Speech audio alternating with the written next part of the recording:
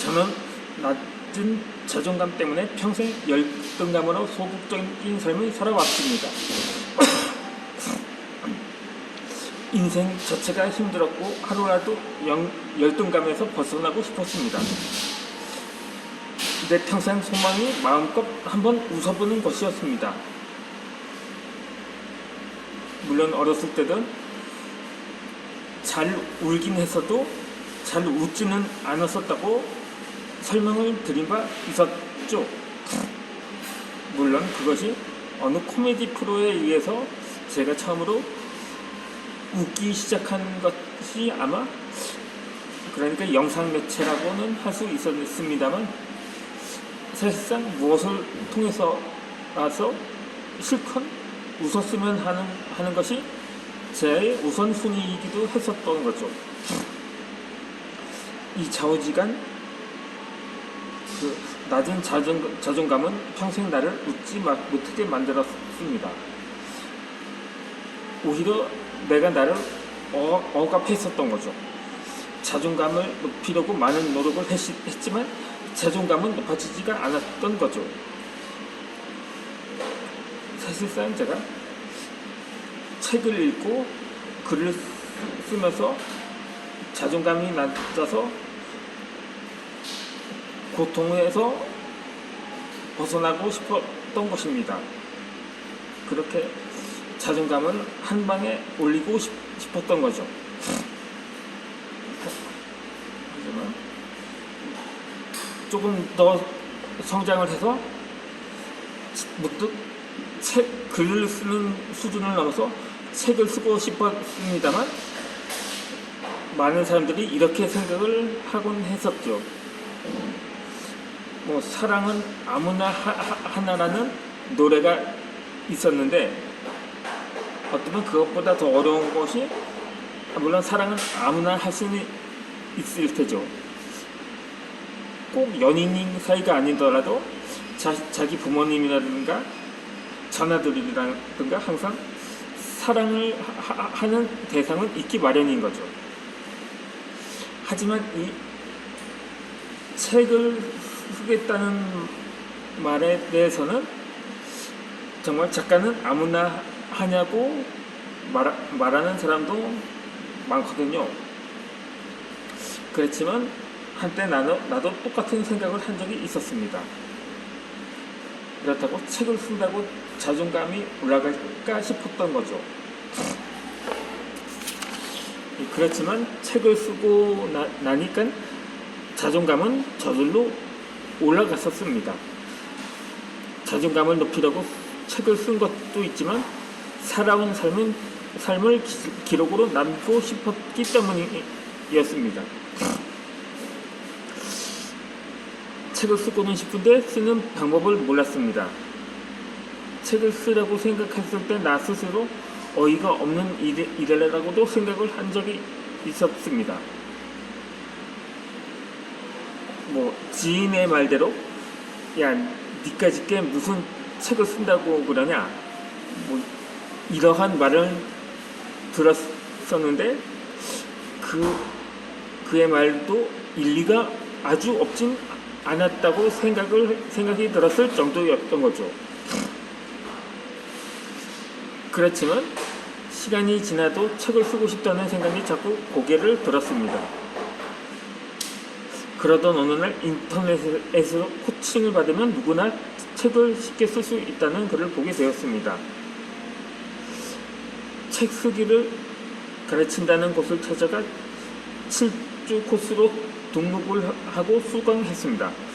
주제를 정하고 목차를 정하고 꼭지를 정하고 서문을 작성했지만 본문을 작성할 엄두를 내지 못했습니다. 아니 어쩔 때는 오히려 본문은 생각이 나지만 제목과 목차가 잘 떠오르지 않을 때도 있었습니다. 그러니까 소제목도 주제목이야 한 번만 쓰면 되지만 그 주제별 내용에 따라서 소제목을 작성하기가 상당히 마음에 걸렸었던 거죠.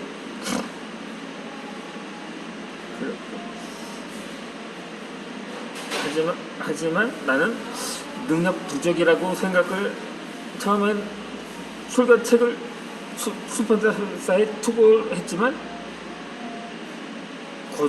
거절되었죠. 그래서 결국 나는 능력 부족이라고 생각하고 책 쓰기를 포기할까 망설인 적도 있었습니다.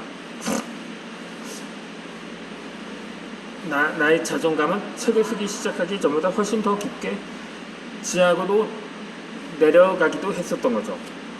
괜히 책을 쓰기를 했다는 후회가 들기도 했습니다. 그렇게 나를 질책을 하기도 했습니다.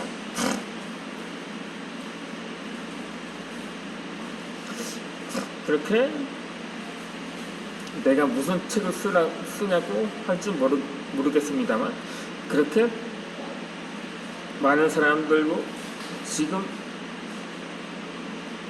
누군가가 동기부여에 관한 책을 읽고 있지 않을까 생각이 듭니다. 그렇게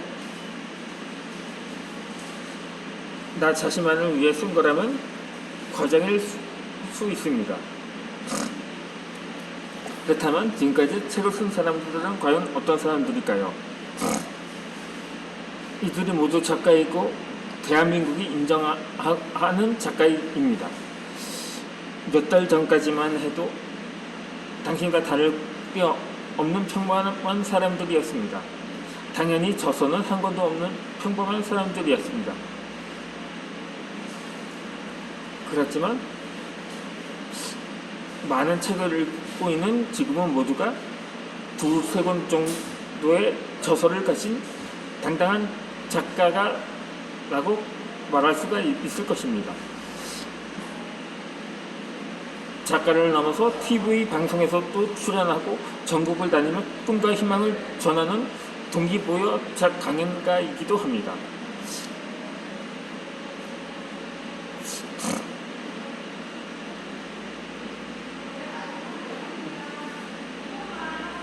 책을 전혀 쓰지 못하는 평범한 사람들이 책을 써서 작가가 되고 TV 방송에도 출연하고 강연가가 되었습니다.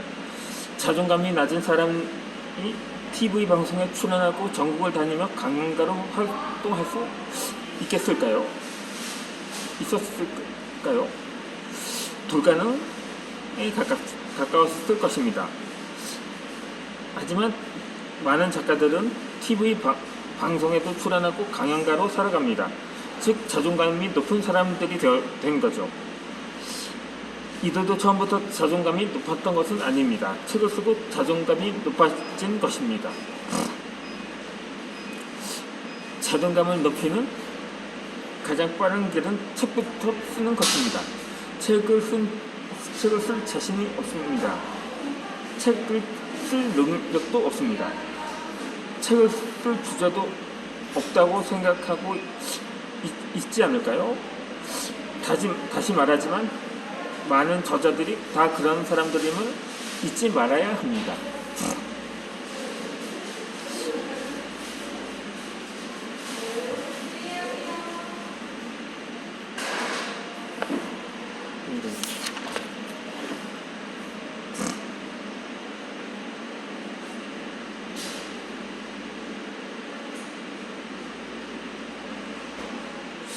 요즘은 책 쓰기를 가르치는 곳이 많이 생겼습니다. 하지만 코칭 실력이 천차만별입니다. 책 쓰기는 제대로 가르치는 것을 찾아서 배워야 합니다. 나는 이미 20년 전에 출판사에 처음 투고를 했지만 여러 차례 실패를 했습니다. 그러다가 성공해서 책을 쓰는 것이 아니라 책을 써야 성공한다는 슬로건을 걸고 제가 앞서 언급한 것처럼 처음에 투고한 작품은 만화였다가 다시 그냥 글을 쓰는 작가로 전향을 해서 그렇게 원고를 쓰기 시작한 거죠. 종이 원고 시절에 집필한 작품은 지금도 저희 집에 보관이 되어 있습니다. 그렇게 책을 쓰고 있다는 것이 내 스스로가 기적처럼 느껴졌었던 거죠. 그렇게 그 후로부터 놀라운 변화가 생기기 시작했습니다. 책을 쓰면서 이식이 확정된 것입니다. 그렇게 이식이 성장하면서 내 속에 잠자던 거인이 깨어나게 된 거죠.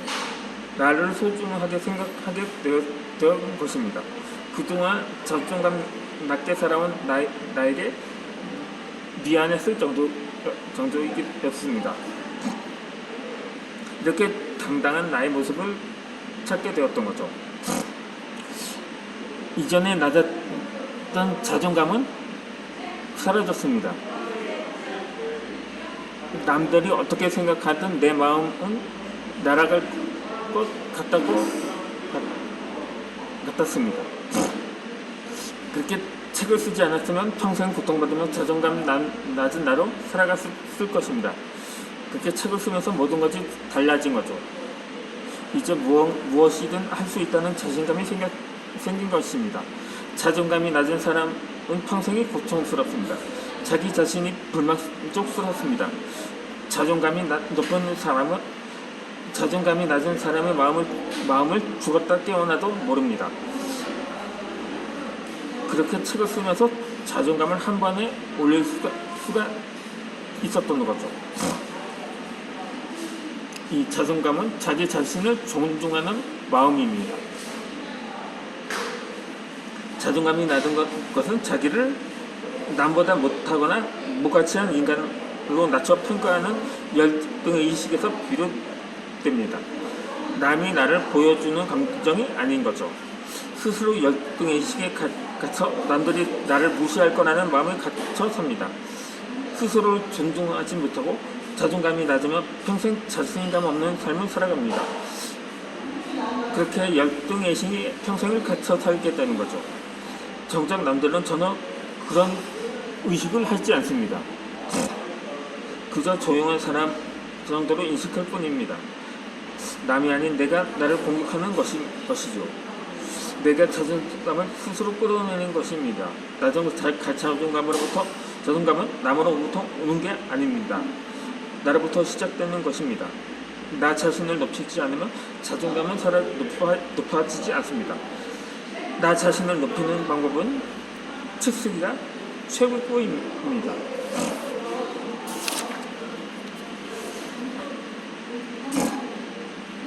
자존감이 낮으면 자연히 대중 앞에 나서는 것을 두려워합니다.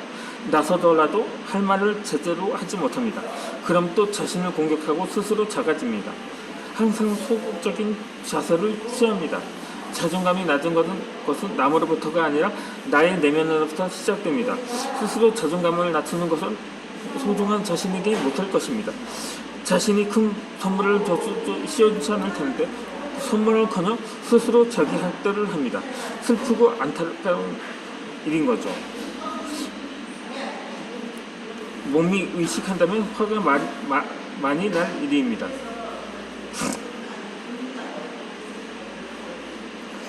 자존감이 낮은 사람은 천성으로 여깁니다. 낮은 자존감 때문에 삶을 짓누려 살지 말아야 합니다.